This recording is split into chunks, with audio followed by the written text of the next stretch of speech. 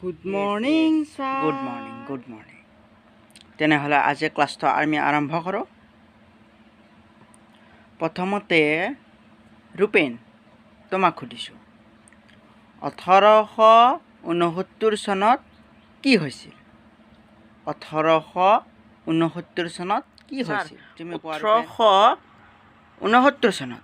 1869 চনত মহাত্মা গান্ধীৰ জন্ম হৈছিল। তুমি পাৰিবা।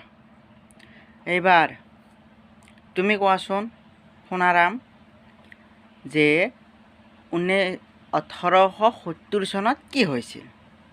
1870 চনত কি হৈছিল? আপুনি এইবিলাক কি কথা সুধিছে? মইতো মাথা মন্দ একো বুজি পোৱা নাই ৰে।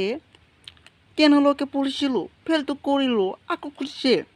মইতো 10 বাৰ মেট্ৰিক দি ফেইল কৰিছোঁ, এতিয়া কলেজ পাইছোঁ।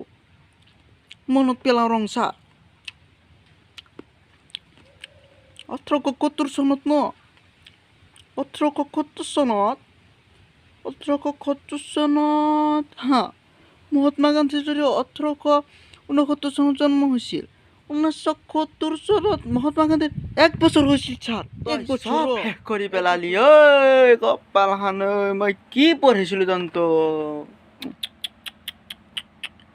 আজিলৈকে ভিডিঅ'টো ইমানতে সমাপ্ত কৰিছোঁ।